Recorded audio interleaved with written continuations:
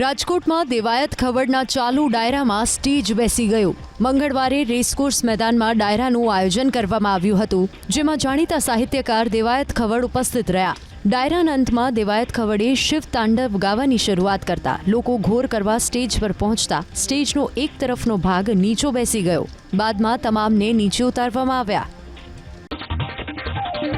બરોડા ડેરીમાં નોકરી આપવાના બહાને ડેરીના કર્મચારી પ્રિતેશ પટેલ અને દુષ્યંત પટેલે 13 નોકરી વાંચકોની પાસેથી 16 લાખ ઉઘરાવી કૌભાંડ આચરી અને ભૂગર્ભમાં ઉતરી ગયા છે।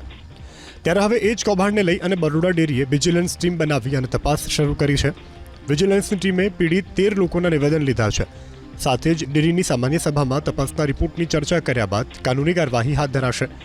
બીજી તરફ કર્મચારી પ્રિતેશ પટેલ પોતે બરોડા ડેરીના ડાયરેક્ટર અને જિલ્લા ભાજપ પ્રમુખ સતીશ પટેલનો પીએ હોવાનું કહી કૌભાંડ કરતા સતીશ પટેલે કહ્યું કે આવનારા સમયમાં જિલ્લા ભાજપ પ્રમુખનું નામ જાહેર થવાનું હોવાથી મને ફરીથી પ્રમુખ પદની રેસમાંથી બહાર કરવા વિરોધીઓનું કાવતરું છે। સાથે જ પોતે કૌભાંડ વિશે કશું ન જાણતા હોવાનું પણ રટણ કર્યું।